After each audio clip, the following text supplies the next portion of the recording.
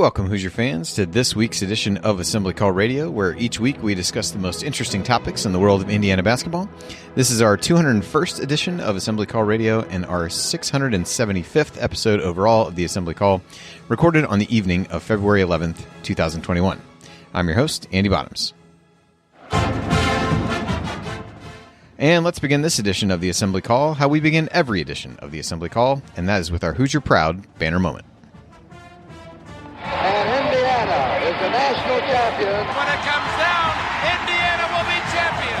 Smart takes the shot. The Hoosiers have won the national championship.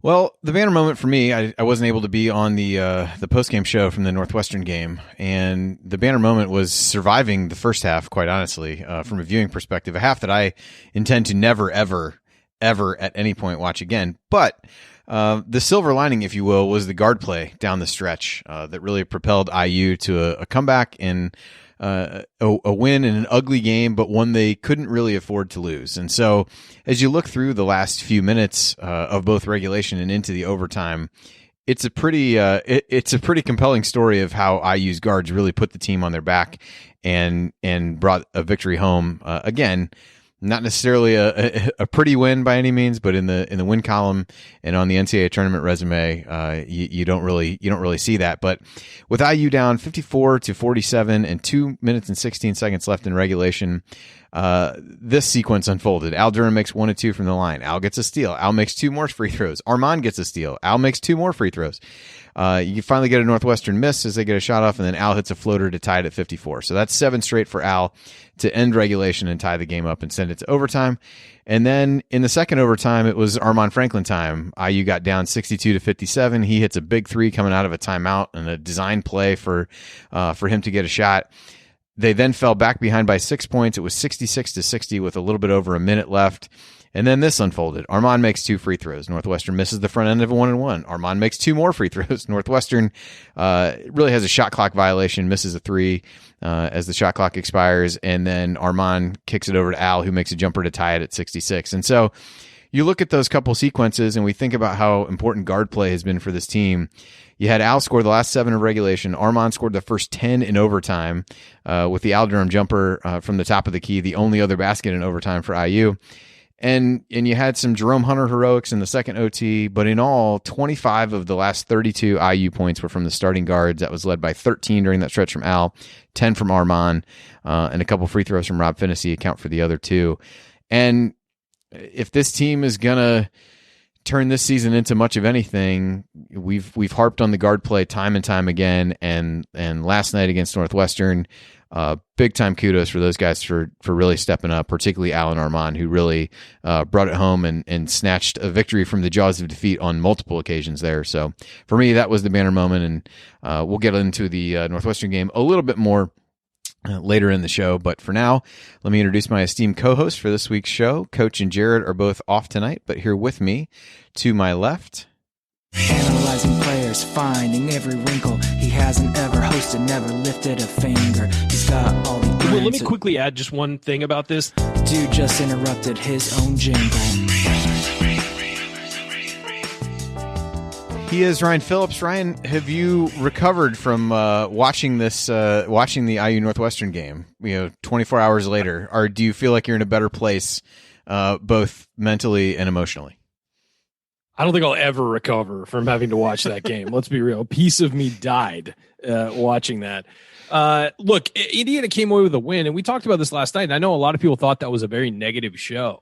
And, we got the feedback about it that why are you guys being so negative? They won. And we weren't being negative. We were telling the truth. I mean, Indiana never should have been that close with Northwestern. That is a very, very bad basketball team. I know Northwestern beat Indiana earlier in the season. That doesn't mean that Northwestern's good. Indiana's performance in that game was terrible. And last night, their performance, I think I kept saying for 5/6 of the game, was terrible. Indiana did not deserve to win that game. They were rescued by Al Durham and Armand Franklin. And while you look at what Armand Franklin and Al Durham did, as we said last night in the postgame show, that was great. And those guys coming up big saved Indiana. And quite frankly, given what that game was, Indiana needed to win that game. You cannot lose that game and then be like, all right, let's just win the others. You needed to take care of business there. And so Armaan Franklin and Al Durham deserve praise for what they did down the stretch. Then you got to look at the rest of the team and be like, what were you guys doing? Like, they didn't score a basket for the first 5 minutes, 35 seconds of the game. They couldn't score consistently on one of the worst defenses in the Big Ten, maybe arguably the worst defense in the Big Ten. And they really struggled throughout. And so, yeah, you win, but the win doesn't solve all the problems you have and that you showed. And the other thing is that the team is chronically not prepared to play and not prepared to start games off well. And so I when we were mentioning the negatives of that game, I think it's fair to, because of who Northwestern is. Northwestern is a bad basketball team, and Indiana played at the same level or below Northwestern for most of that game. That needs to get fixed. That should be a game where you win by 13, 15, something like that.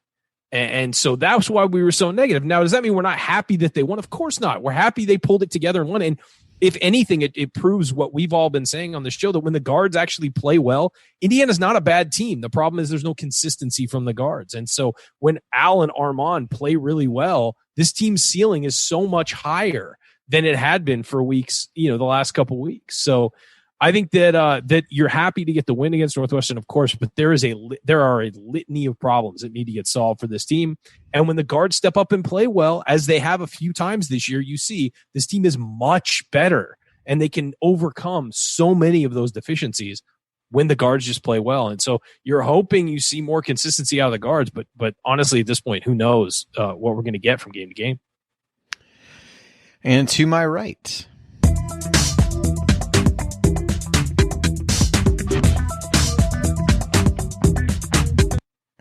we have the other godfather of IU sports podcasting. We had his partner on last week, and Scott has built a reputation throughout the world for being able to channel the voice of the common IU sports fan, also the only IU sports podcaster whose rants can rival Ryan's. He is Scott Caulfield. Scott, thoughts on IU basketball this week? Yeah, what Ryan said. I second that. I feel bad for Andy. Well, that was easy. Let's move on.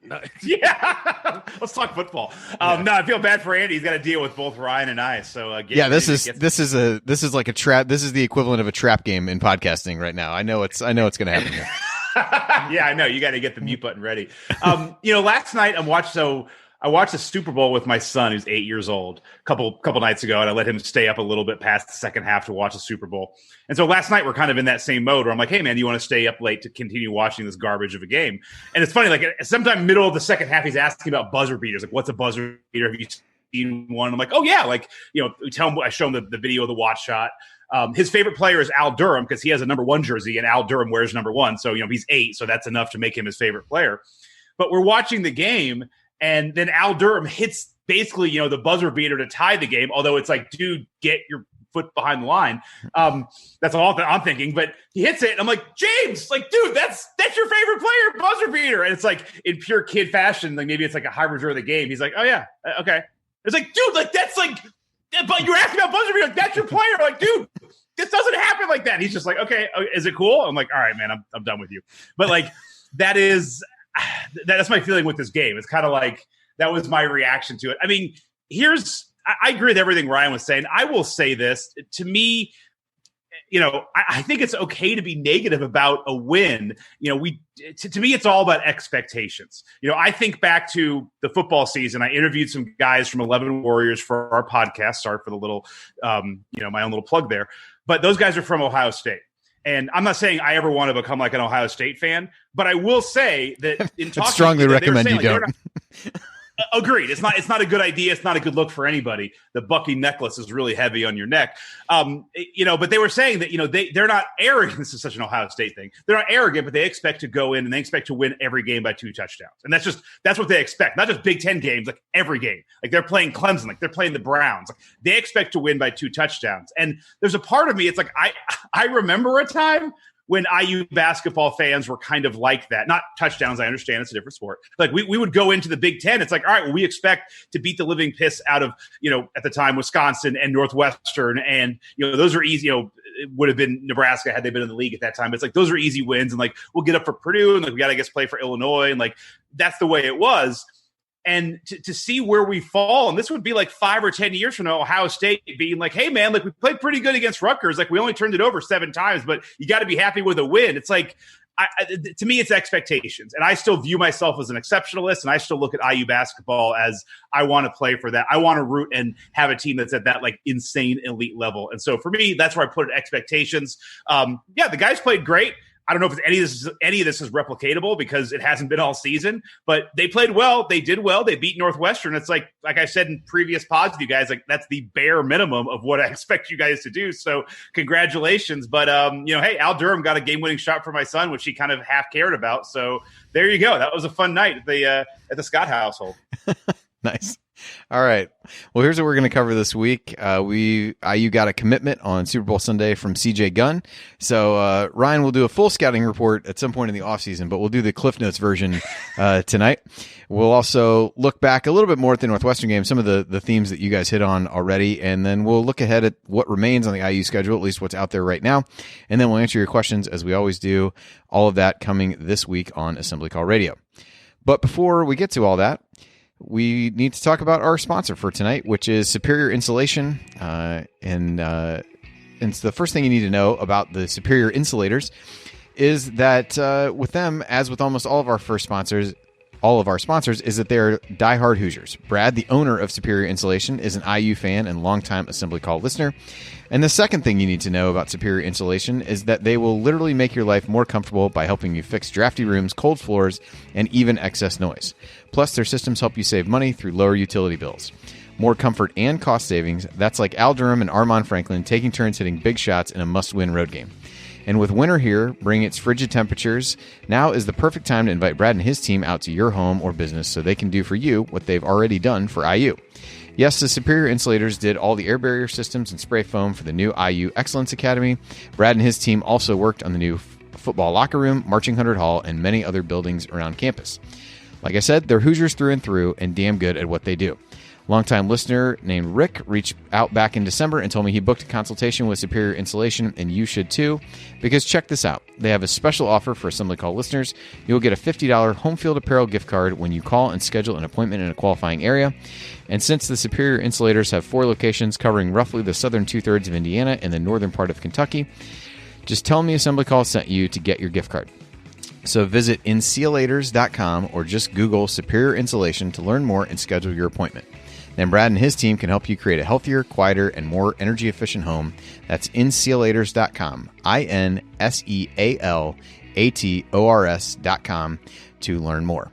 And tell them the Assembly Call sent you to get your $50 home field apparel gift card.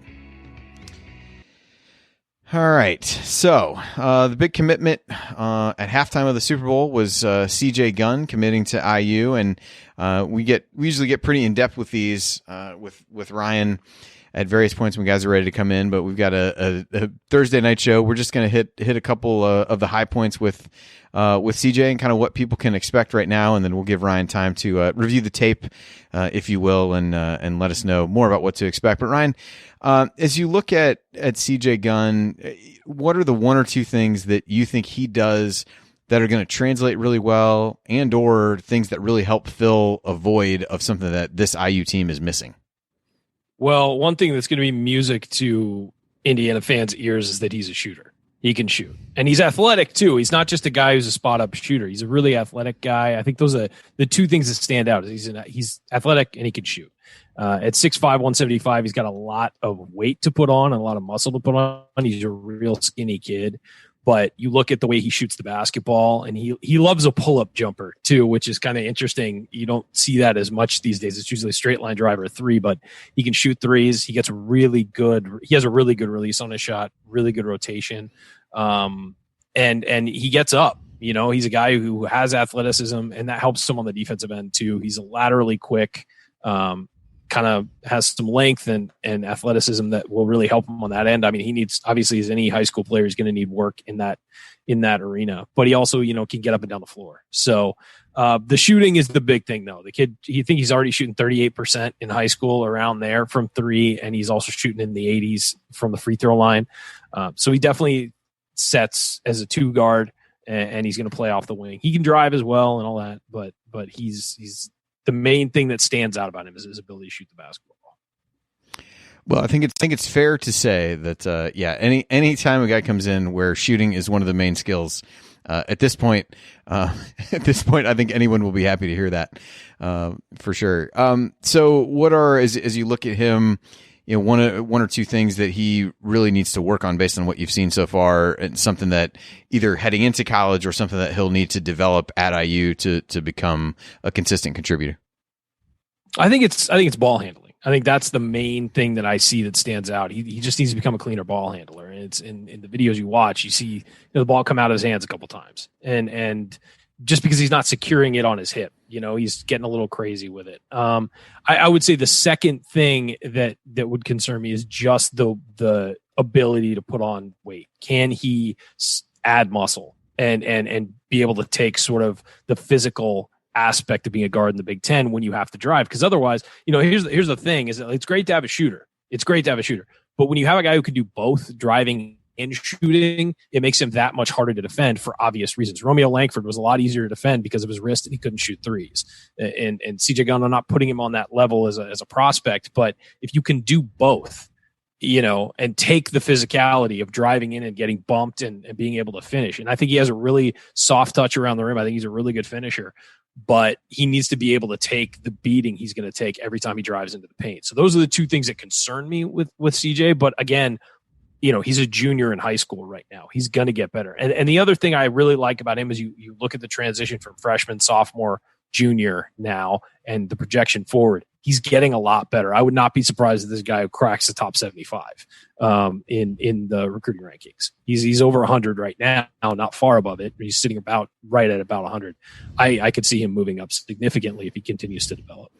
Yeah, I mean, he's got good size as you think about some of the guards that come in. I think he's 6'5". Am I right about that? Around that range. He's right about now, 6'5". He's listed at 175. I don't know what his weight is. You never know what they throw up for those, but he's about 6'5" and skinny. But the thing about being 6'5" is he's not Jordan Hulls. He's not going to have trouble getting his shot off against length. I mean, he's 6'5", and he's athletic. He can jump. He'll be able to get his shot off. So I think that's big for a perimeter player. And also when you drive, again, the difference between being 6'1" and being 6'5" is tremendous as far as being able to finish at the rim. Yep, agreed. There's a really good Q&A with both CJ Gunn and his dad that Alex posted on Inside the Hall, so that's another place guys can go. I think some of his even self-assessments match up pretty well with what Ryan talked about. Scott, I think you had a question you wanted to hop in with? Yeah, I mean, I love hearing that we're going to get shooters. Like, that's a novel concept. My question to Ryan would be, having watched some of this, is, going back in time, like Demezy Anderson came in as the shooter. And I did not watch these guys. I'm not a big recruiting guy in high school. Sure. Like, he came in as a shooter. Christian Lander was a 5-star. Anthony Leal came in as a shooter. Like, that would be my question is, do you see anything with Gunn that you think would make him more successful to translate that from high school to college, whereas we've seen the inability on some other guys to do that? Yeah, so when Demezy was recruited, and Andy will remember this, I was highly critical of his shot. And I said, he's got touch and his shot goes in, but it's not a good shot, and it's very flat-footed and all this stuff. When I see CJ Gunn, he has great form. His shoulders are always square. He's facing the basket. His feet are a little off. That's the one thing that will get sort of fixed, is his feet angle a little to the side instead of at the hoop, so he's not fully square to the hoop, but his shoulders are square. He gets up, he gets into a good shooting position, and his release and the rotation that comes off the ball look great. I mean, Demezy did it and the ball spun sideways, but for some reason, I don't know what it was about the physics of his shot. I clearly don't understand physics, because if I look at it, I don't know how Demezy Anderson ever made a shot in high school. With Lander, I also talked about his shot is that in the actual above the waist, Lander's great. His form, I mean, it's a little low, but it's form, the backspin he gets off the ball and all that, but his feet point completely away from the basket. And that's, any shooting coach will tell you, that's not how you make a shot. Now, some guys are talented to overcome those deficiencies of footwork and stuff, but he's not at this point. And so I think, again, this offseason is going to be huge for Lander. Leal is a good shooter. He's just not taking advantage of the opportunities necessarily. And again, he's a freshman in the Big Ten. He's not used to playing against guys who close out that quickly, who have that kind of size. It's going to take time for that to develop. But his shot form is excellent, and it will be fine. I think that as he gets older, especially, and gets used to being relied upon as a shooter, you're going to see him take more. And you'll see Archie Miller and the other guys on the team often say to Leal, hey, shoot that. You were open, shoot that, So I think Leal is a more fair comparison to Gunn, just because of the form is right, the way they shoot, they've clearly been coached and trained as shooters and not been just sort of allowed to keep going because they make it. They have coachable, coached shooting form. And so I would say that's more of a correct comparison. I understand your hesitancy, though. We've heard for years, oh, no, the shooters are coming. The shooters are coming. CJ Gunn can shoot the ball. Now, the thing that I do like, just real quick, that I love about him is we can add him to our great lineup of cool name guys. Like for a while there, when like you mentioned Jordan Halls, like Halls and Watford, like there was a time where I love this kind of weird stuff. You could run a lineup. They never did it, but you could almost run a lineup with like 1, 2, 3, 4, 5 of numbers, just the top 5 of the 5, the numbers in the jerseys. Right now, we have a possible cool lineup of, Race Thompson, great name. You get CJ Gunn, like you give him, the nickname Tommy Gunn or your gun shooter, gunslinger. You got that. Jordan Geronimo is like a top-notch, ace level name. Like we're putting together just a killer name squad. It's gonna look the written roster is gonna look awesome. It's just gonna look awesome. Christian spelled all funky. I love it. Yeah. Nice. I did look. I was just curious what Leal is actually shooting from 3 this year. He's 8 of 22 overall, 36% from 3, 7 of 17, so over 41% in Big Ten play. There's an argument to be made of trying to get him to shoot more. Yeah, he's taken all of 2 2-point shots so far as well. 50% on 2s, if anybody's wondering. And one of them was one that fell into his lap under the basket. That was the one. That was the one. Yeah, I don't even remember what the other one was, but I did remember the same shot. Ryan, do I dare ask you for a player comp with CJ Gunn, or do we withhold that question? You should until later. No, an Indiana related one would be sort of a much more well-rounded and better Al Durham. If you look at their body types and sort of the way they attack the game. And Al's become a pretty good shooter. I think if you look at the same time frame, CJ is way ahead of where Al was as a basketball player. He's a very well-rounded basketball player, but there's so much upside there because of the athleticism. This is Anthony Leal when he reached, sort of the peak of where he was offensively in high school. All he could do was get better defensively and with effort. That was it, because he could shoot it already and he could do this and do that, but he was never going to be a guy who's going to take guys off the dribble at the college level. CJ Gunn has a long way to go development wise in a positive direction. He's already a pretty good player. So there's definitely a lot of upside here for him to continue to get better. I think that's what's most exciting about him is that he can already shoot. A lot of these guys we've had coming in are like, well, they're drivers and they score points, but you look at the shot. Armand Franklin was that way. Armand Franklin could do everything on a basketball court except shoot when he was in high school. Rob Finney was kind of that way too. He was more of a driver, and his 3-point shot got gradually better in high school. CJ Gunn can already do all of that stuff and is already a pretty dominant player in high school. All right, well, coming up on the assembly call, we're going to look back a little bit more at the Northwestern game and then look ahead to the final 6 scheduled games on the IU schedule and talk about what they need to do in those games to get to the NCAA tournament. So we're going to hit that next. Stick with us here on the assembly call.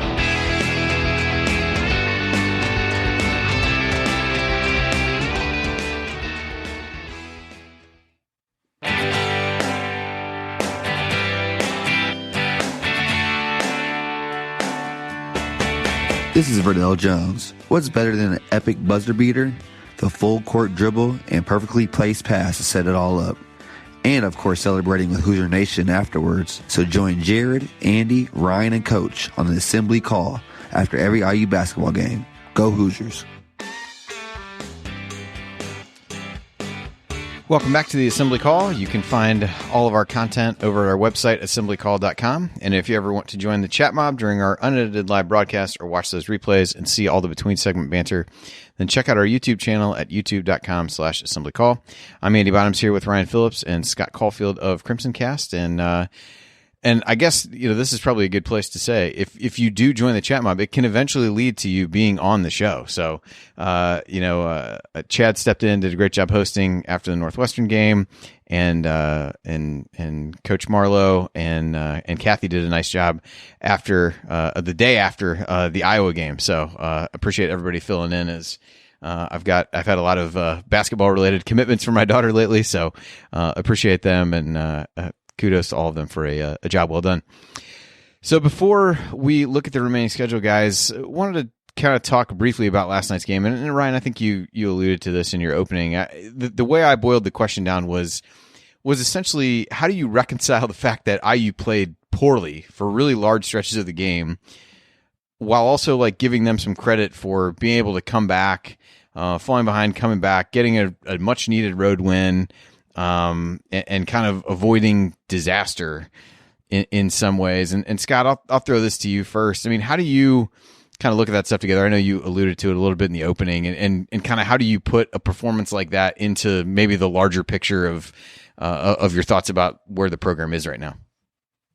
I mean, I think your point, what you just said, is interesting, like avoiding disaster. It feels like that's what we've been doing for a couple of years, especially this season. It's like we beat Iowa, and then we immediately turn around and lose to Rutgers. And it's like we beat Iowa again. It's like I think all of us were looking at this, and I knew I was coming on here before the Northwestern game, and I'm like, if we lose Northwestern, like the show is going to be easy because I can just go on and just rail on everything that I'm feeling. This becomes a little bit harder because we won, so you have to kind of reconcile that. But a couple things here. It's like I know that and Jared had a good thread on the Assembly Call Twitter about how a win is a win, and kind of we should still be happy with wins, and I get that. But it's like I'm not a 5th century monk here. Like, this is supposed to be fun. Like, this isn't penance I'm supposed to like take in and be slapping myself on the back with a thing with spikes on it. It's like, this is supposed to be fun. I'm supposed to enjoy this, and like that game just wasn't fun to watch. Like, it wasn't fun basketball. I think Andy, you had a great tweet halfway through. It's like my DVR says it's basketball, but like nothing on the screen says it is, or I'm paraphrasing you. But it's like they're not fun to watch, and watching us barely beat basically you said avert disaster barely isn't what I call like a great expectation for the year. There's a lot of harbingers that are just not great. 707 days. I just figured it out. That's the last time we won 3 Big Ten games in a row. So, like, let's go for that this weekend. Like, that would be nice. It was 2019, March 7th, the last time we won 3 Big Ten games in a row. Like, we all know the Purdue thing haven't won. It just feels like we haven't had just an extended period of, like, I feel good about where we are with basketball at IU, and things are going well. Like, it's like we beat Iowa, and I feel like a lot of people where it's like, okay, great, can you do it again?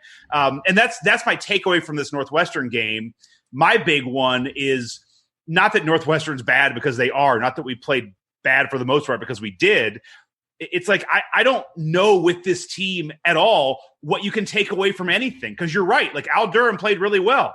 Is that replicatable? Like, is he going to do it again? Trayce Jackson-Davis has played really well until the last 2 or 3 games, and he's played really badly. Is that going to turn around? Rob Fennessy seems to be off on an island. I want happy Rob back, who's hitting game-winning shots. Can that happen? Armand Franklin has improved a lot this year, but he's also had a couple of games where he's had some clunkers. The ability of getting everyone together is tough. And then you have, the freshmen who are playing like freshmen, which we expect, but nobody's really standing out. But that's kind of the part where it's tough for me to just say, okay, I feel great about beating Northwestern, because it's like, all right, can any of this be replicated or move forward to Ohio State? Like, Ohio State's a much better team. Can we play better against them? Like, it's on the road, so maybe that's good. I don't know. We don't play well at home anymore. Like, we come home from Minnesota to Michigan State. Like, can we bring any of that? Like, that's the frustrating thing for me just this season is it's like game to game, nothing seems to roll over, and everything. It's like, oh, great. Al Durham had a great game. He might score 2 points this weekend. And so I just don't know where to put any of this in context with anything. So there you go. That's a long way to say, shrug shoulders emoji. Ryan, what about you? It's just, it's hard to watch the way they played, and to see, first of all, to watch the way they played on the road against Iowa. In a tough environment, being on the road anywhere is a tough environment, a long way from home. That's not a close road trip. They went there, they played stellar defense, found so many different guys to contribute offensively, have Rob Fennessy go off for maybe the best game of his career with 18 points and playing stellar defense and all of that, and then have it completely disappear over the next couple games. And it's they beat Iowa again at home, but Iowa really didn't play well. And you're still, again, you're happy with the win because they went and beat a good team, beat them, and then you go on the road and you just lay an egg, and then you do barely win it because 2 of your guys rescue you. Now, look, there are going to be games where you need guys to rescue you. I mean, that's in the especially in the Big Ten. It's a tough conference. but other teams figure out how to win these games. And other coaches, I mean, I'm not trying to turn this into an Archie session, but other coaches figure out how to have their teams prepared to play every time they step on the floor. And every team has leaders who prepare them to be ready to go on the floor. And there's consequences if it's not ready to go, whether it's your teammates getting into you or it's your coaches getting into you or whatever. And you don't see this repeated. Now, the bottom feeders of the conference don't have that, but the good teams do. So what does Indiana have to do to go from being a middle of the road or lower tier middle, team to getting better? You have to consistently win games like that, and you have to leave no doubt. You have to finish games. They finished against Northwestern, but they've really struggled to finish all season in big games. It just feels like this is a team that plays down to its competition and then plays up to its competition. But then when it does play up to its competition, against the better teams, they've really struggled to finish, except against Iowa. So it's almost like they're losing games they shouldn't lose. And then they're losing games where they're in it at the end and should maybe have plenty of chances to win and just for some reason don't. And it's just, there's no consistency. It's frustrating, and you get bits and pieces that are positive, but then you have these overwhelming negatives constantly in the background. So it's hard. You're happy with the win. Like when they won yesterday, I was happy that they won, but then you look at the game and you say, I mean, what is there here that's positive other than Al and Armand stepping up late? Like, you want to see whole team positives like you saw in that road win against Iowa, and those are just few and far between with this team. Yeah, I think the challenge is ultimately in what a lot of what you guys said. It's the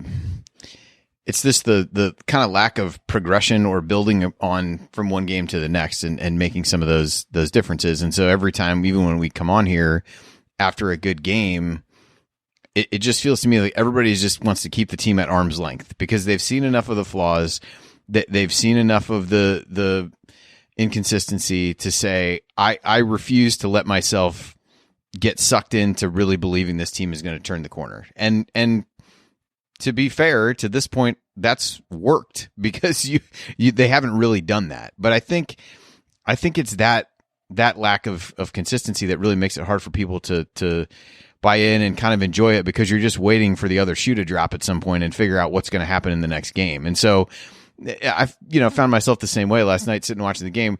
Once you got past the first half was an abomination, an affront to the game of basketball. But once you got past, abysmal. Once you get past some of that and you really get into the flow of the game, like I let myself get into get excited about them coming back and being excited about that part. I think it's just,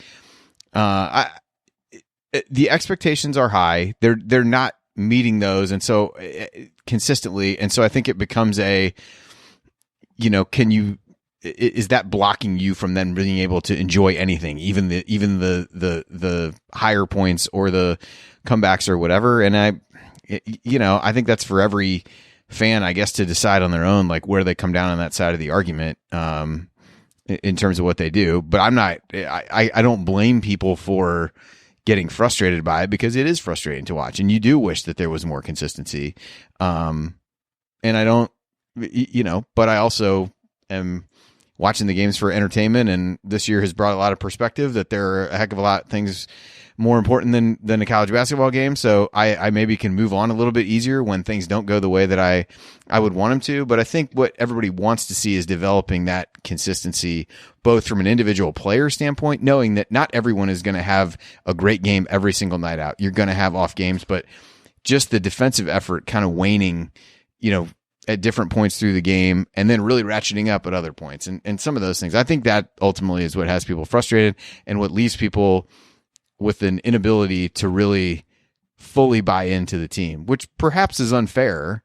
But I think as I try to put myself in other people's shoes, like I think it's pretty easy to see why people would keep this team at arm's length, would doubt it, would whatever you want to say. Well, and one thing you said is that, expectations are high. I would disagree. I think expectations are mediocre. I mean, we're hoping just to go 500 in the Big Ten. But I will say this is probably a topic for off season, but I think this goes to a larger point that, when I looked at football this year, to me, the two biggest things in football is like when we beat Michigan, it's like people are like, oh, this is for real. Like, this isn't just a crazy reach against Penn State. Like, this is actually going to happen. Then like we went and like, Penix goes out and we beat Wisconsin. It's like, oh, like this is for real. Like, this is like actually a good team. That is, you mentioned entertainment a couple of times. Like, that is the thing that I would say has been a problem under the Archie era, is just like the inability to do things that are like just a perception that looks good. Like this team, they win these games against Iowa and they go out and lose to Rutgers, and how you win matters. And like, you come out, you don't score for 5.5 minutes. It's like, all right, are we like, you struggle to beat Northwestern? I mean, part of sports is kind of like being able to talk smack with your friends and like, oh, like, we're taking them down. Like, I'm getting off the trail here, but like, I noticed this on Twitter last night. Like, it just seemed like there's less people kind of bantering about it on Twitter. Like, I know, and maybe our podcast sucks, maybe people don't like us. I know that our listenership is down like a lot this year compared to football. Like, of all things, like football is getting more listeners. Like, I just think overall there's a lack of interest in IU basketball because we haven't been as great, as relevant or as good. But also, like you mentioned, the people are keeping this team at arm's length, and it's kind of like, I'll just watch the Pacers, I'll do something else. It's like, I'm not going to get super invested because the team doesn't seem to care, or it's like nobody feels like this is really going to lead to anything. And I think, again, this is probably a conversation for offseason, but I think that is the single biggest thing that IU athletics needs to worry about going into the offseason and next year, is this just general malaise of, where the fan base is and just lack of interest based on games like this. I mean, how you win matters sometimes even more than just not if you win, but how you win matters. Yeah, no, I think that's fair. And I think it is. These last 6 games, that's probably good a segue as any to kind of talk through the last 6 games on the schedule and what that means. But the way those go is going to really, push people in one direction or the other. If things go really poorly, either way, I think that these 6 games are going to go a long way toward determining what the tone is of that conversation that you talked about in the offseason. But let's talk quickly about what IU has left, at least what we know at this point. So right now they sit at 11-8, 6-6 in the Big Ten. They've got 6 remaining games scheduled. At this point, no word on whether or not the games at Michigan and at Michigan State will be rescheduled. It looked like tonight the Big Ten has rescheduled one of the games Nebraska missed, so I'm not sure if that's on the back burner. I don't really know. As you look, so starts this weekend at Ohio State. That's a quad 1 game. Minnesota at home, as of this morning, was a quad 2 game. Michigan State at home, which is actually a quad 3 game. Then at Rutgers, quad 1. Michigan at home, quad 1. At Purdue, quad 1. So IU sits at 45th in the net as of this morning. They're 2-7 in quad 1 opportunities, with both those wins coming in Iowa. 3 of the losses did come in overtime. You've got 5-0 against quad 2 and then 2-1 against quad 3 with that Northwestern game, the lone loss. And it's funny if you look and say, if they don't lay an egg against Northwestern at home and you win even one of those overtime games that falls in quad 1, like how differently you might feel about this. And I think that's the other part, as we kind of tie in the prior discussion. Some of this is being you're 13-6. Yeah, not coming out of the and you're 7-5 in the Big Ten you'd be 8-4 in the Big Ten, assuming one of the overtime games you won was either the Illinois or the Wisconsin game and not the Florida State one. But yeah, you'd look at that and I think you'd frame it differently. I think you'd maybe be a little bit more apt to say, this clunker on the road against Nebraska was not great, or against Northwestern was not great, but look at these other games they won. So it's kind of interesting to look at it that way. In the bracket matrix, as of February 10th, IU was in 92 of the 101 brackets that were submitted. They were basically the highest 11th seed, so that'd make them 41st on the seed list. So in the field, but not safely in by any stretch. So as you look at these last few games, Ryan, I mean, what's your sense of what is feasible for this team to accomplish, and maybe which game or games are the swing games of that sequence? Well, you've got to beat Minnesota and Michigan State, I think, given that that's a quad 2 and a quad 3. I mean, you have to win those. And Michigan State's a talented team. They just had no guard play. And if those guards figure it out, that becomes a much more difficult game. So, you've put yourself with some losses, again, at home to Rutgers, against Purdue, getting smacked around. Like, you lose those games and you put yourself in a situation where you might have to beat a talented team that finds its footing late in Michigan State. You've got to beat Minnesota. There's no question. Minnesota beat Purdue. You know, I mean, that's not a terrible team. You've got to beat them both. And then I feel like at Purdue is one you've got to target. And then at Rutgers, I mean, you played even with Rutgers at home, essentially. And Trayce Jackson-Davis did not play a good game in that game. And a couple of other guys didn't. And you came out flat. That's a team you can play with. You've just got to go do it. And especially with Armand Franklin feeling better and looking much better.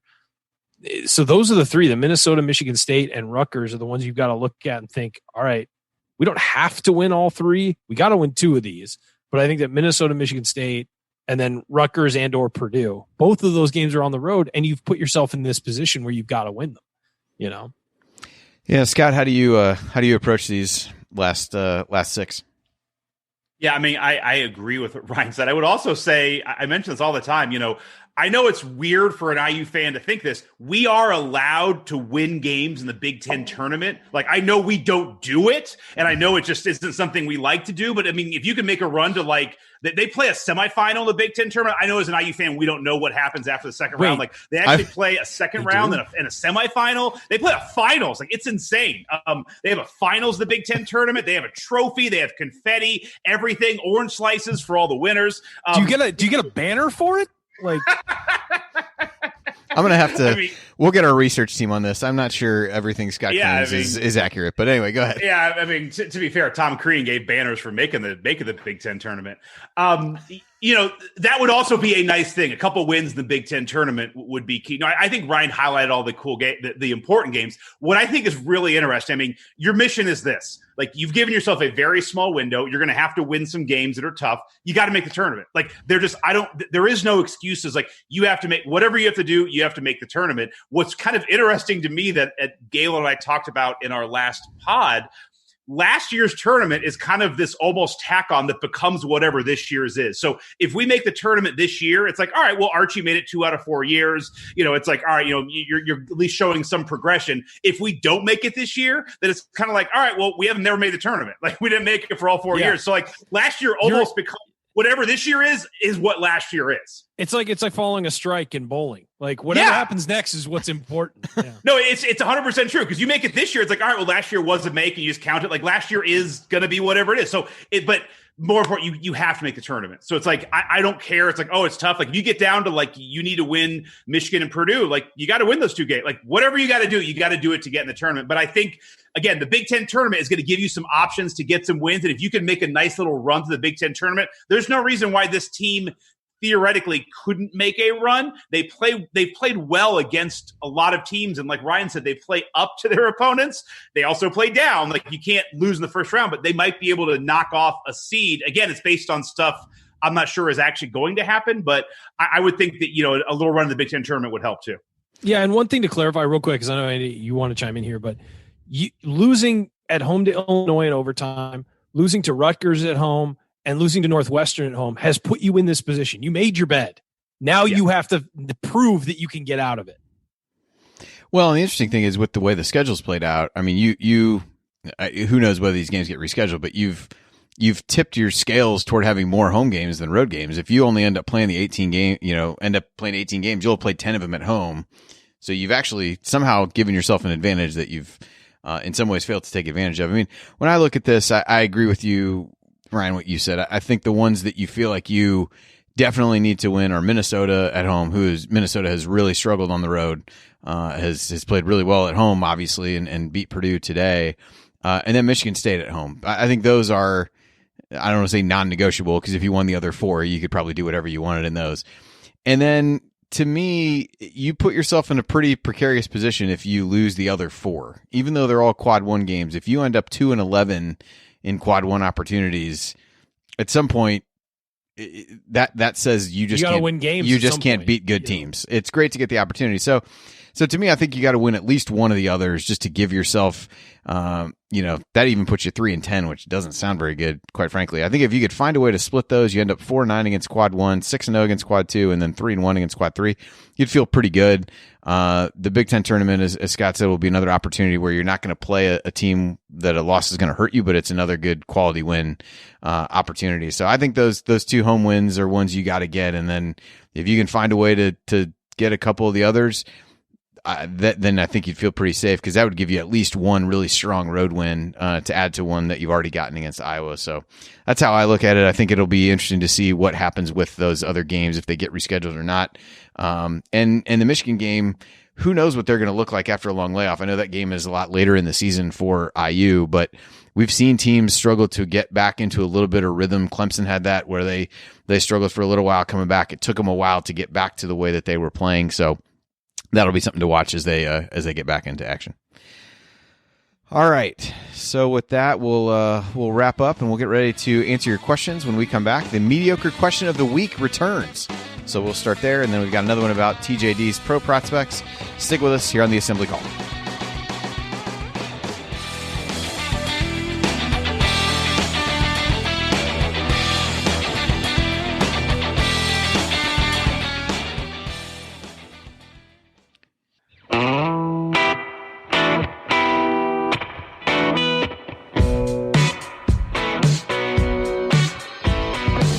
This is Nick Zeisloft. I never miss an open three, and I never miss an episode of The Assembly Call.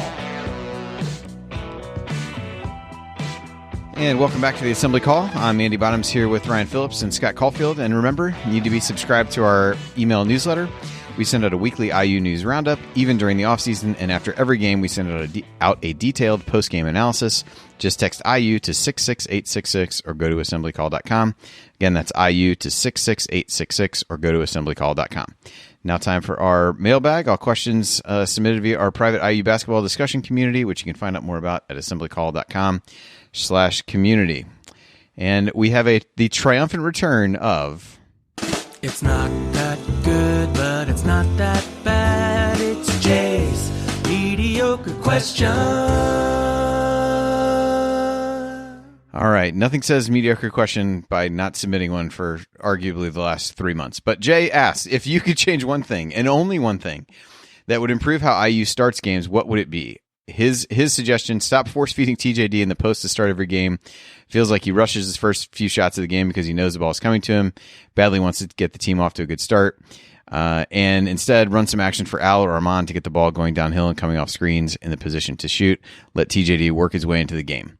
All right, Ryan, quick thoughts on what you would change to help IU start games better. I disagree. I think they need to force feed Trayce to get him started, because if you don't get Trayce started, sometimes he wanders through the first half. I think you need to get him started. What I would also do is run some downhill action where you put Armand Franklin in the corner and get somebody to drive and make them help off of Armand, leaving him open in the corner for a three. Same with Al. I would really try and corner your best shooters and drive off of that. The problem is Rob Finney, not a great driver. And he hasn't shown the willingness to drive full speed downhill.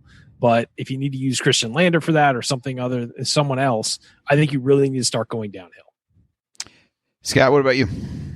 I would say whatever you do in the Northwestern game, just do the opposite. It's like George Costanza. Just whatever you see at Northwestern, I'm going to do the opposite. And next thing you know, you're going to be up 25-0.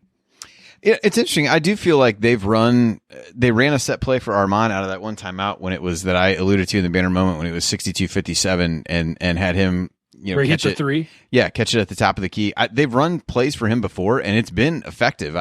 They don't do it very often. And I think it always generates some jeers on Twitter, as does virtually everything. But of like, hey, finally you ran a play for a guy to shoot the ball and it paid off and you did some of that. I think part of it to me is a lot of just the pace. And that I think ultimately is the reason a lot of people like watching Lander play, because it's just a different pace of play and it inherently makes things look like they're running a little bit smoother, even if they're not. Now, I'm not necessarily saying that to advocate starting him in the game, but I think the pace that they play in some of these situations just kind of allows the game to grind down and not really getting guys in the flow as much. But we'll see. Any quick thoughts? We got 10 seconds. Any other ideas that you just came up with? I guess not. All right. Start making shots. That would be a good one. Hit threes. Hit multiple threes. That is crazy. We can't. All right. That seems like we're done. No more questions. All right. That seems like a good place to end with that crazy idea of making shots. All right. So thanks, everybody, for joining us on this week's edition of the Assembly Call. If you want to see us do the show live, join us at assemblycall.com on Thursday nights for the live broadcast of our Assembly Call radio recording. Special thanks to Rob Thompson for producing much of the music that you heard on the show. And thanks to you for listening. We'll be back on Saturday after the Ohio State game. Until then, take it from me, Max Bielfeldt. Keep your calves flexed, your elbows in, and your eyes on the rim. Go Hoosiers. Thank everybody for coming out. All right, I got to get out of here, folks. Thank you. All right, we can hit these other questions here as we go. Yeah, I definitely don't. I'm not advocating for Lander to start, but the difference in the pace of play and that the offense runs is night and day for sure. All right, so Sally's question. There's been a lot of talk about Trayce not being ready for the NBA. Let's just assume that is true. What are the pros and cons of him staying another year at IU or getting the training he needs in the G League? Isn't that the purpose of the G League? I know, Scott, you had said when we were emailing before you had some thoughts on this, so I'll throw this one to you first. Yeah, I mean, I think it's to me, it's, and we're off now. I can cuss now, right? So I'm I mean, you were before in the middle, so yeah. I don't know what the I don't we're know kind what of past that point, but I don't know what the rules are. I don't know what the rules are on that. So I marked a couple in case Jared needs to. Yeah, we'll figure it out. All right, sorry. No, you're okay. I'm a bad influence. It's taken this long. We're actually impressed with you for waiting. Yeah, I know this is pretty good. I mean, the Euchre story had a few, so let's not pat ourselves on the back too much with that. I mean, we didn't it's not like he waited until after the show was over. He's been a guest before. Oh, and okay, never done it. I got you. So I'm impressed. I thought you meant today. I was like, I mean, we've got. Yeah, I've been doing it in the after dark in the breaks, the after dark breaks. Yeah, there you go. No, here's my thing. I think this is Archie. Like, Archie's got to get a guy who's this talented to be drafted, and you've got to put him in positions where he can show what he's doing. The fact he hasn't taken a 3 this season is criminal.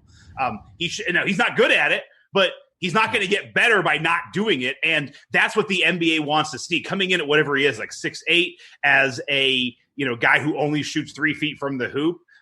That's not going to get you drafted. So to me, it's like, this is on Archie to get. This is not a good sign if you can't get Trayce Jackson-Davis with the skills that he has drafted in the first round. Here's what I would say. I put him always in like the Christian Watford category. And I'm so happy Watford came back because he hit a shot against Kentucky, which was great. But you had a spot where Watford, after his junior year, I said it at the time, I say it now, I stand by it. Watford was going to be a professional basketball player, and he was. Not in the NBA, but he's going to play basketball professionally and make money playing basketball in other countries, which is awesome. It's better than 98% of people who ever play basketball are able to do. He did not get any better at IU his senior year that made him a better draft prospect. Yeah, the only thing he got better at was defense, and that was mildly better. It wasn't like and he hit a 3. I mean, honestly, I kind of said the same thing for Yogi Ferrell. Like, I think after Yogi's junior year, it's like, this is as good as he's going to get. He only has so many years in those knees. Go get paid, man. Go get your money. I feel that same way with Trayce Jackson. Like, he should go pro. He may not get drafted. He may get drafted at the end of the second round. But, like, honestly, you're seeing it now. He's not going to get any more skills that would make him employable in the NBA at IU. He's just not, because he's got to shoot threes. He's got to play more exterior perimeter defense. He's not doing that. And I do think people have a very narrow view of what professional basketball is. Like, the NBA, you can make really good money overseas. Dude, Jeff Newton's like in the Japanese Basketball Hall of Fame. Like, Filipino. I think it's Japan. Like, he's in. Anyway, you can make a ton of money. You had Nick Zeisloff earlier. He's still playing in like Greece or something. You can make a ton of money being a professional basketball player in other countries. There's no fault to it. You can do it in the G League. So yeah, I would love for him to stay, but I think as a basketball player, for his progression, the best thing for him to do is start being coached by professionals. Yeah, I would say this about Trayce, and I've heard nothing contrary. He's going pro after the season, unless he just all of a sudden decides, well, all my friends are here, I kind of want to run it back with my friends, which is not a bad decision if that's for the life experience of getting to play with his friend, because he's close with a lot of these guys now that are on the team that were a year younger than him, or 2 years younger in Lander's case. And he just decides, this is what I want to do. That's the only way he's coming back. He's not coming back because he needs to get better, because here's the thing. Look at Thomas Bryant. Thomas Bryant went to the NBA, was drafted far lower than he should have been. He was a 6'10" guy with skill, and he was drafted late, and the Lakers snagged him with a second-round pick because they were like, we cannot believe he fell this far. Guy was a lottery pick the year before. He dropped because Indiana had a bad season, not because he was bad. It was because he was pretty much the same guy, and he even added a little bit, but he fell because Indiana was terrible his last year. And he went to the G League and turned himself into a starting NBA center within a few months. I mean, had the Lakers not already had a pretty good situation in the low post, he would have been playing for the Lakers. Instead, they had to release him because of a salary cap crunch. He goes to Washington, and within a few weeks, he's their starting center after the next season. The reason why is because when you leave college, you get to focus 24 hours a day on being a professional basketball player. And you get to work with you get to hire coaches individually to help you work out. You get to work, with a team that hires people specifically to make you better. It changes the calculus. You may not get drafted, but you can become an exponentially better basketball player working with professional coaches and focusing full-time on training and on developing your skill sets, things that you're prohibited from doing by the NCAA. And so that's why you see guys go pro, even if they're not going to get drafted or they're a second round pick or it's a guy who's a lottery talent, but he goes in the 20s and he knows he's going to go in the 20s. And you could come back and get better. It's a lot harder to get better in college than it is to get better at the professional level. Some guys do it. Some guys come back. I mean, I disagree with you, Scott. I think Yogi Ferrell got a lot better between his junior and senior years.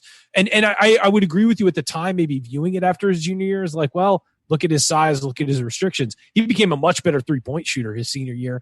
And he became a guy who could take over games, which he wasn't. He was occasionally as a junior, but he became, almost, in contention for National Player of the Year. So I would say that's a rare example of where like a guy later in his career got way better. Guys between their freshman and sophomore years get way better all the time. They say, that's the saying, and it sticks all the time. The best thing about freshmen is they become sophomores, and you've seen it with Armand Franklin. Look at the jump he's taken and become better now. But for certain guys, they're not going to get that much better in a college setting. They need, like Trayce Jackson-Davis needs his entire game worked on because he needs to be able to hit a 15-footer consistently. Heck, he needs to be able to hit a 3-point shot occasionally. And he needs to become better, moving his feet and things like that he's just not going to get in Indiana, I don't think. And so I would say, it's the obvious move for him to take the next step because he's not going to take the next step in college. I don't think. I think he could be a very dominant college player doing the kinds of things that he's doing and getting marginally better every year, but he's not going to become a better future professional at the college level. Well, I think the last thing I'll say about Jackson-Davis, sorry, Andy, no, go ahead. But just that I will say about that I think is a real problem that we have moving forward. And the same thing with Christian Lander is, you have a guy in Jackson-Davis who's a talent and was a stud recruit coming out. And honestly, I hate saying this, if he would have gone to Kentucky, he'd just be catching lobs and would have been a first-round pick last year. The fact that he's not barely in the second round in most draft projections may not get drafted, like, to me, that's a huge black mark on Archie Miller and his ability. If I'm a recruit, if I'm the next 6'10 guy, 6'8 guy who's a stud in high school, it's like, I'm not going to go there. That's a guy that he couldn't get Jackson-Davis drafted, and Romeo was injured, but he took a lottery pick, dropped him down. And then you have Christian Lander, he's not, you see him now. It's like, all right, we can't be starting, but it's like, dude, that's a 5-star who reclassified. 5-stars don't just reclassify to come sit in the bench and get 4 minutes. Like this is another topic, maybe an off-season thing, but like Archie's doing himself zero favors on getting these high-level talents by getting guys dropping in the draft, not, putting getting Jackson-Davis in a spot where he's going to show off talents the NBA wants, and then honestly playing Lander more. Like it's kind of this is, I've said it like 5 different times. I apologize. Like, my neighbor is a Michigan State fan, a friend of mine. The minute he heard we got Lander, he's like, well, that guy's going to be starting for you next year. I'm like, are you sure? He's like, dude, that's the way it goes. It's like, but by the way, he has a lot more experience with 5-stars than I do. And I think that's the way as IU fans are, because I listen to IU fans. Oh, you can't play Lander. He sucks. You can't play him. It's like, okay, but that's a 5-star. Like, he's got other friends who are 5-stars, and he's telling his friends right now, this sucks. Like, I reclassified because I wanted to go to the NBA in 2021. I wasn't expecting to play 2022. 2022. Yeah. But I wasn't expecting to play he 4 knew minutes. He was doing a 2-year thing. Yeah. But I think these are all massive problems. If you can't get Jackson-Davis drafted in the first round after 2 years of the talent he has, something is wrong. No, and they're very lucky that Boston took Romeo Langford as the last pick in the lottery, because they can still say, well, we had a lottery pick. But they're very lucky that he got taken where he was, because he was projected to go possibly 20. And that felt like a drop. But they're very lucky. They can still point to saying, hey, we produced a lottery pick. We produced Juwan Morgan, who became the first undrafted guy to ever start a playoff game. Like, undrafted rookie to start a playoff game. Like, were able to sort of manipulate some things there and in their messaging. But yeah, I mean, if you're consistently taking guys who should be really good and having them not perform to that level, yeah, that's definitely a black mark. All right, next question. We'll hit this next one, and then we can wrap up.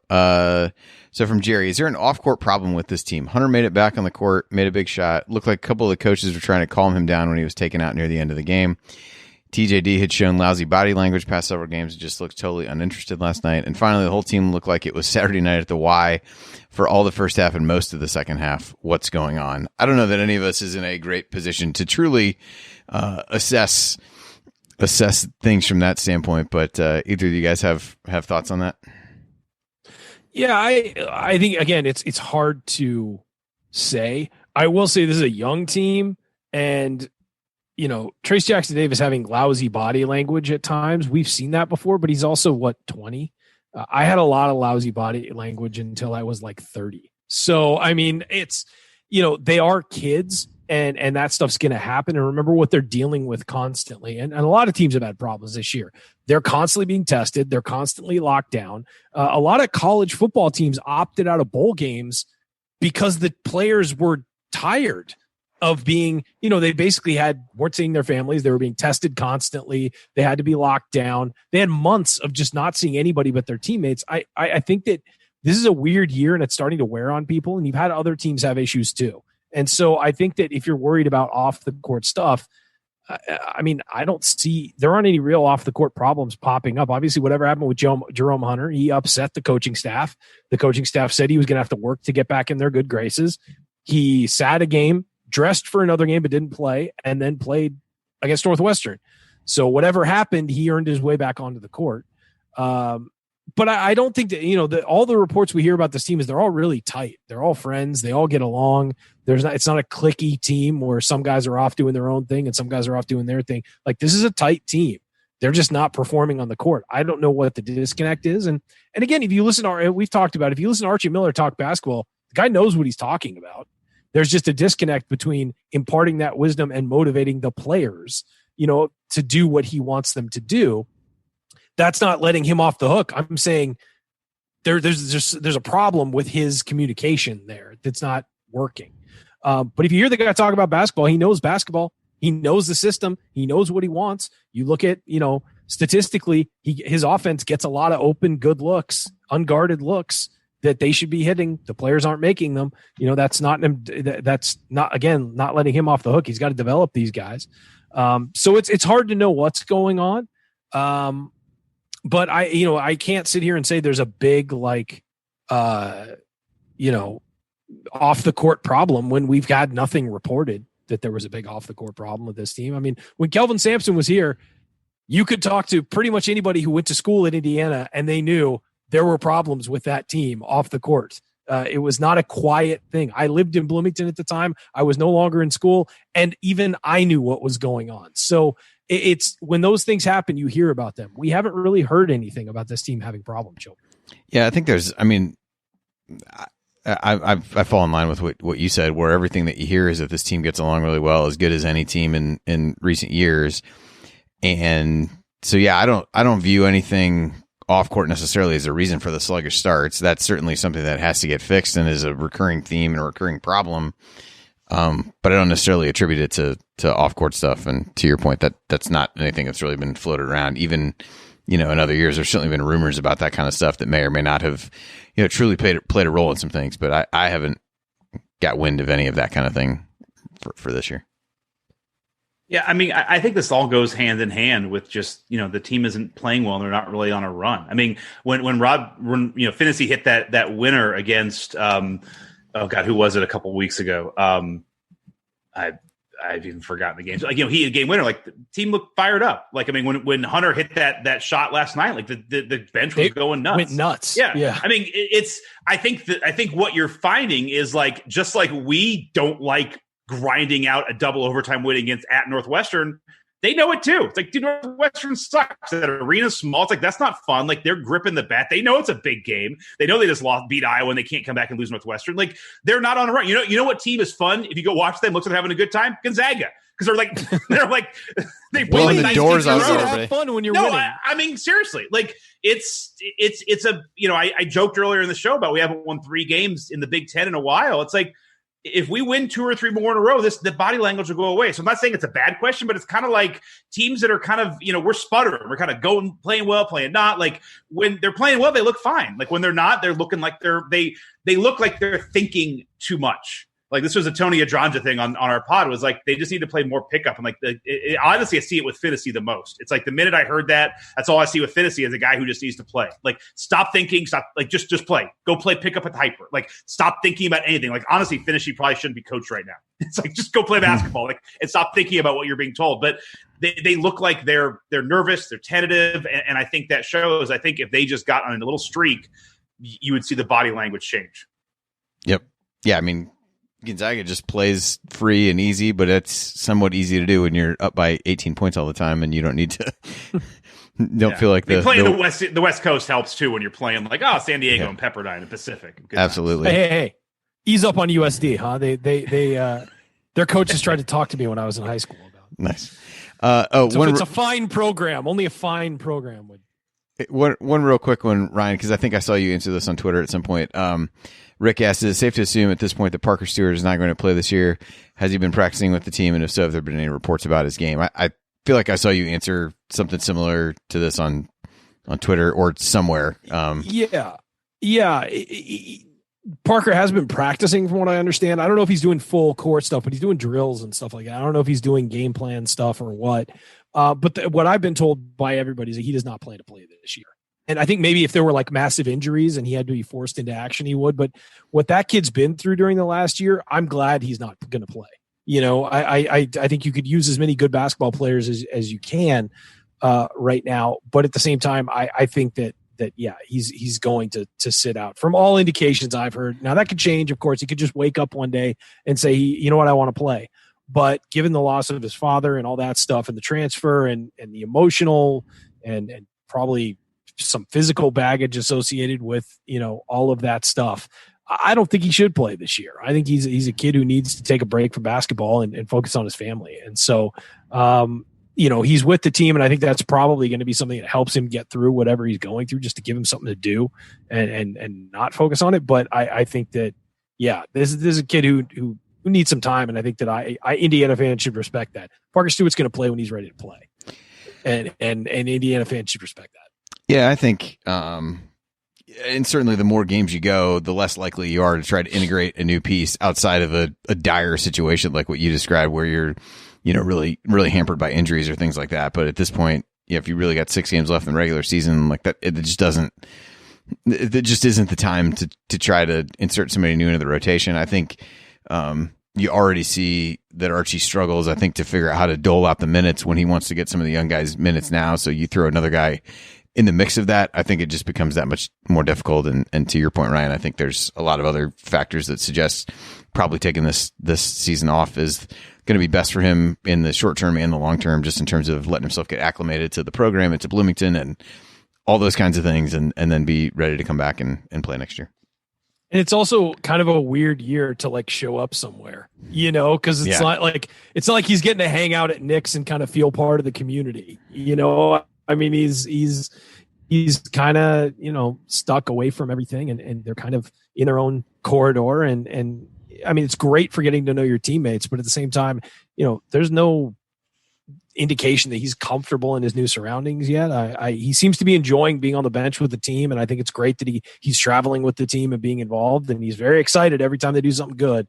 So I think that's a good step. But at the same time, I think that we should be at the default setting that he's not going to play this year. And if he does, and if he's seems happy and great, awesome. But I think the default setting for every Indiana fan should be expecting, hey, he's not going to play this year, and that's the way it should be. Yep. All right. I think we hit most of the questions. You guys got anything else you want to hit real quick before we wrap things up? No, I'm about to hit some dinner, and that's it. All right. Fair enough. Scott, it's always great having you on, man. Yeah, appreciate it, Scott. Apologize for Andy for just completely taking over the show. It happens. It happens. No, anytime, man. I appreciate it. Either one of you guys, man, I want to get one of you on CrimsonCast, so let me know. I know Ryan, let's do it. I know Andy got a bunch of stuff. So off season is definitely the best time, but yeah, let's do it. I'm for sure willing to come on. Cool. All right. Well, how often are you guys doing shows right now? we took like 3 weeks off. We did one last week. That's why I think we're gonna try and do one this week. I was joking with Galen on our pod. I was like, there's a couple tells. Like if you listen to Bill Simmons, he talks about the Celtics a lot. Like you can tell when I hate our coaching staff or we don't like what's going on. It's like we just stopped podcasting. Like the last 2 years, it was like we did like 3 pods over like 18 months, and it's like now we're just. It's kind of like because the way we do it is way less structured. You guys there's nothing. We're just hitting the same topic over and over and over again. God, you're doing the Crean years for what we did during the Crean years. There were times we would get on after a post game, like after a game, to do the post game show, and Andy and I would both be. Jared's like setting up, and Jared's always positive, and he's always like, "Yeah, I know." All right, And Jared's setting up, and Andy and I would both be like, "Why do we even do this show? We're just can we just replay last week's show? Yeah, and just do a voiceover of the team. Yeah, of the other team name." Well, but in today's game against Maryland. Yeah. No, I mean, we're kind of at that. I mean, I'm kind of mentally at that point just because I need to see I need to see them do something different. So like we didn't, you asked like what are we gonna do? Like to me, it's like you got to win out. Or so you've got to do something that just like is completely unexpected. Well, that's the biggest issue. And I've heard from people in the athletic department. The biggest issue with the program right now is not what's going on the court. It's what's happening off the court with the fans. Like there is a malaise about this program. It's legit. And it's people are just, and they say like, and a couple of people I've talked to have said they wish it was more like people were angry. It's more just like people don't care. And that's the worst place to be in. Because if they're angry, you're like, okay, if we get it right, we have passionate fans ready to like back us. But when they're just kind of like, nah, I don't care. Kind of just numb to whatever happens. Yeah, that's the worst place to be. And they feel like they're there right now. And it's bad. And again, winning cures everything. You win your last couple games and you make a run in the NCAA tournament. People are back on the bandwagon. But they just see right now, it feels like there's a real problem going on with excitement. Yeah, and that's why I think getting an 11 seed in the tournament, you got to make it, and like making the tournament is great, and that's not a bad thing. But getting an 11 seed, it's like, all right, again, like that's here's the thing, that's really going to get people fired up. It's like if you look back, what's the most exciting thing that's happened to IU basketball in the last 4 years? It's getting Romeo Langford. That was the moment where the entire fan base was united in excitement. Since then. Yeah, there have been some nice wins, but it's always been, they won, but they beat Michigan State, but there have been these like downer things associated with it. The last time there was absolute jubilation was when they got Romeo. Since then, it's kind of been like, that's what I've been saying is that, and that season was such a disappointment, and that losing streak was so bad. It's like that was a subpar, like that was below average. You can't now just have back-to-back average years and be like, we're all good. It's like, no, you need to give me an above average year. Like that, you need to go above and beyond. Like that's why I said you got to win out and like win the Big Ten tournament, like win the next 12 games, like do something that is just completely unexpected, because you did the reverse 2 years ago, where you just did something unexpectedly worse than I was expecting. You can't just now be average and finishing 9-11 2 years in a row in the Big Ten. But no, I feel the malaise. I mean, I see it talking with all of my other friends who are IU fans. Like, it's like people are just checking out. It's like, whatever. And it's, I mean, and now they're competing with other, I'm a half season ticket holder with the Pacers. And I've said this to my guys at the varsity club. I've said it to the Pacers. It's like, the Pacers treat me so much better than IU basketball does as a varsity club member. And I give about the same amount to both of them, except the Pacers are a business and they don't treat it as if like it's my right to have to give money to the varsity club. Little things like they're redoing the field house. Like I was down there 2 days ago. They gave me a private tour of it, and they're doing it for everybody. It's not like I'm special, but it's like they're treating me like I'm special because they know that my credit card needs to be special. You're a paying customer. Yeah. When it comes time to run my check, and like, little things like I have a rep and they'll like come down. Like they know I'm bringing my son to a game. They'll bring a stuffed boomer. It's like I have $2 from China. It's like, but it like all that stuff goes a long way. And with IU basketball, they just have never done that, because it's like this, you have priority points. Like give us money to get your 12 points. Even now, like under the pandemic. Sorry, now I'm ranting. Like even now, like I'm getting letters. That's my job, damn it. I know. It's like, every $100 is 2 priority points. Like it's, keep your priority going. It's like, you got to like finesse this, because people are going to make some, like, now that I haven't paid for Pacers tickets for 12 months, part of me is like, well, do I really want to keep shelling out $4,000 a year for these tickets? The same thing with IU basketball and football. Like, a lot of decisions are going to be made. I'm not getting rid of my tickets for IU basketball and football, but I think a lot of other people are looking at this like, well, I haven't done it for 12 months. Like, why do I want to do it again? If you have to drive to games that are already on TV, and I mean, there's just levels. And then that goes to the perception of like, that's why I want to see us go and just kick the snot out of. See, I didn't cuss. Kick the snot out of Northwestern. Like, that's why I don't want to go and drive down 2 hours to Assembly Hall, be treated like everybody else, and then watch us barely beat Northwestern. Like, I go for it's entertainment in the end. Like, it's supposed to be fun. Anyway, good times. All right, guys. Cool. All right. I could sit here and listen to Scott rant for hours, but I got to get going. No, thank you guys for having me. Always love it. Anytime. Appreciate it, Scott. We'll be back Saturday afternoon, and Thanks, I will talk then. Appreciate it. Thanks, everybody. All right. Later.